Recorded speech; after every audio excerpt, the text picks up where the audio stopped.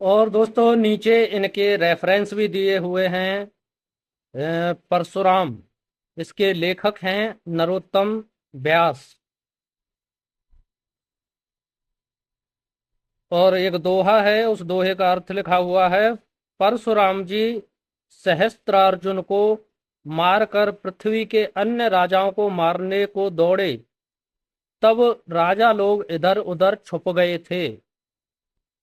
आगे लेखक कह रहे हैं, स्त्रियों का समाज में वैदिक काल के ही अनुसार सम्मान था, किंतु इस काल में उनकी आजादी सीमित हो चुकी थी। विवाह स्वयंवर होते थे, किंतु परस्पर यत्र तत्र संबंध हो जाते थे। राजकाज में वह समान भाग लेती थीं, युद्धों में भी शामिल होती थीं। बहु विवाह की प्रथा थी, पर आदर्श एक पतिव्रत ही समझा जाता था।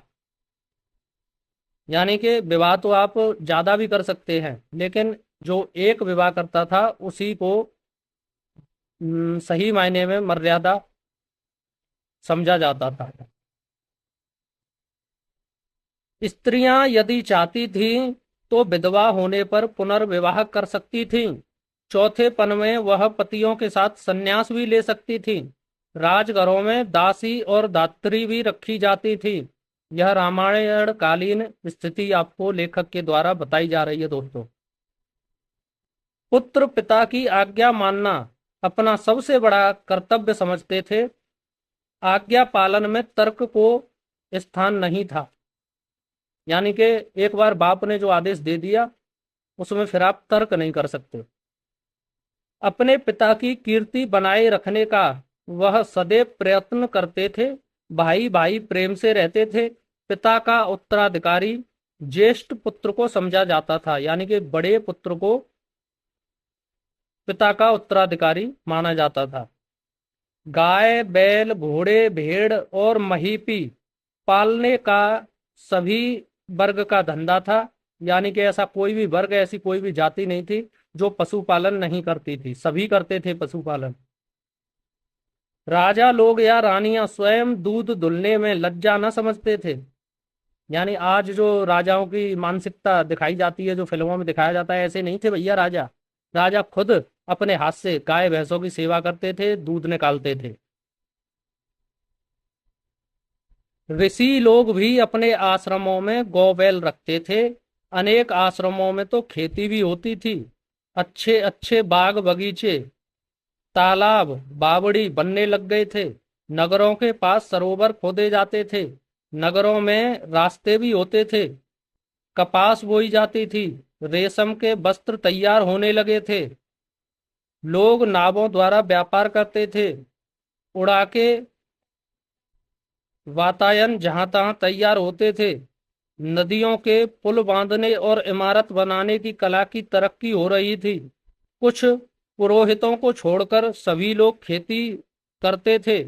सिक्कों के लिए निस्क और मुद्रा का प्रयोग कहीं कहीं मिलता है।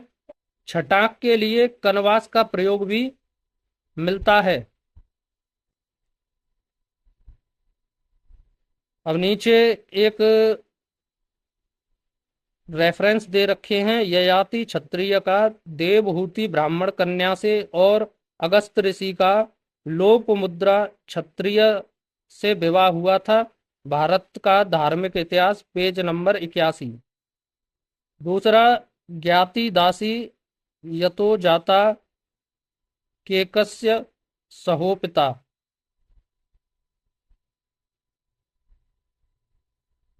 नीचे इनका अर्थ दे रखा है, वहां पर एक भूरे रंग का गर्ग गोत्रोत्पन्न ब्राह्मण त्रिजटा नाम था, जो फावड़ा कुदाल और लंबा वन में निर्वाह करता था। फिर और भी दुआ दे रखा है। फिर उसके बाद में लेखक कह रहे हैं, वैदिक काल से रामायण काल तक साहित्य काफी बढ़ चुका था। ब्राह्मण ग्रंथ उपनिषदों की रचना हो चुकी थी। ज्योतिष विज्ञान और वैदक की ओर लोगों का काफी ज्ञान हो गया था, साहित्य लेख रूप में आ चुका था, भोजपत्रों पर लिखने की प्रणाली आरंभ हो गई थी, प्रजा का विराट रूप घटता जा रहा था, राजा का महत्व बढ़ता जा रहा था, राजा का चुनाव वंशानुगत होता जा रहा था।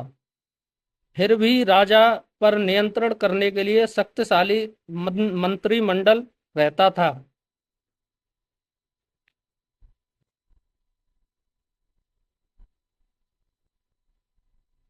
जिनमें एक धर्माध्य अर्थात पुरोहित रहता था। अयोग्य राजा को गद्दी से हटाने का मंत्रिमंडल को पूरा अधिकार रहता था। ऋषि लोगों से किसी किस्म का कर नहीं लिया जाता था, ना भूमि पर कोई निश्चित कर था। किसी खास अवसर पर प्रजाजन राजा को भेंट दिया करते थे। रामायण काल के उत्तरार्ध में भूमि की पैदावार का छठा हिस्सा राजा को दिया जाता था। न्याय का कार्य राजा तथा मंत्रिमंडल करता था। अभियोग मुकदमे नाम मात्र के ही चलते थे, किंतु किसी भी भांति की कोर्ट फीस नहीं ली जाती थी।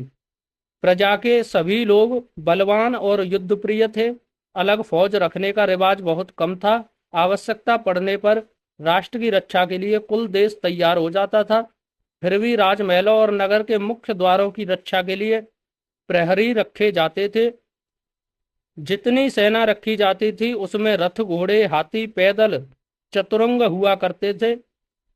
युवराज भी राजकाज में भाग लेता था।